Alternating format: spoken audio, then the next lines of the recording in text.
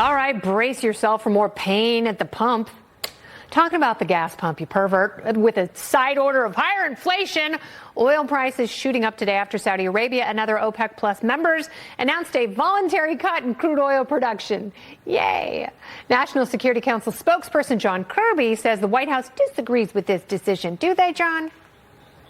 As for a heads up, yes, we were given a heads up. This was an OPEC Plus decision. Not just some sort of unilateral decision by Saudi Arabia. Again, we don't find it advisable given market uncertainty, but we also don't have a seat at that table.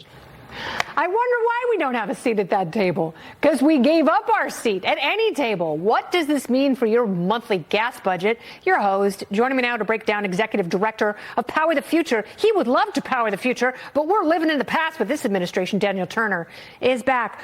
Daniel, please talk me off the ledge. I'm very upset because we are beholden to dictators.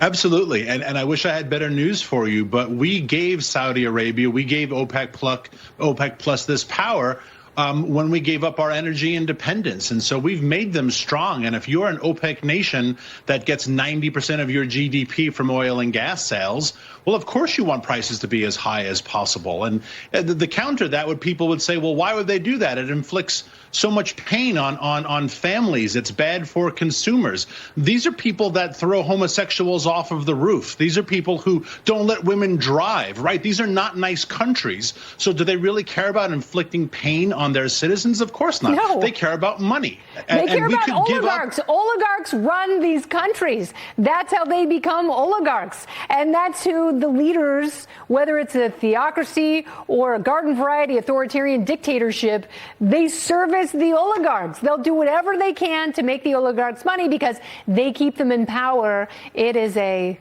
circle jerk, as they say in Espanol. Absolutely. Yes.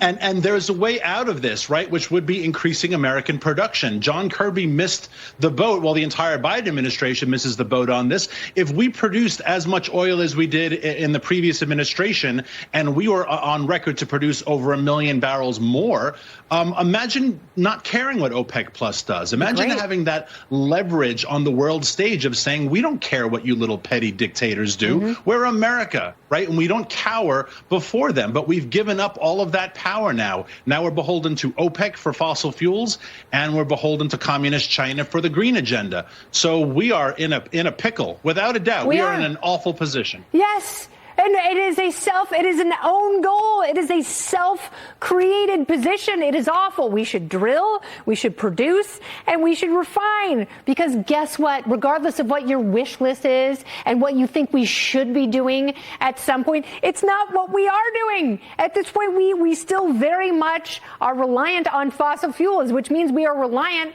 on bad people's fossil fuels and their energy. And they hate us, and they can suck it. Sorry, and Biden could reverse all of this literally tomorrow. The market signal he could send if he reversed course. He not only could lower prices domestically, he could bankrupt the OPEC Plus nations. He could end the war in Ukraine, which is the most important thing in the world right now. He could end the war in Ukraine by draining Putin's coffers by hundreds of billions of dollars a month if he allowed us to produce oil and gas here domestically. But that would require admitting American fossil fuels are good, and Biden cannot allow that to happen. Well, we need it right now, and if it fuels our cars and our cities and our businesses and keeps our families safe and warm, then that's what we should be doing. Oh, wait, we should be doing all of that plus nuclear. Daniel, thank you so much. Always good to talk to you. You're smart and lovely. Thanks you very much. Absolutely. Tropical storm is next. I wouldn't lie to you, although your pants look horrible.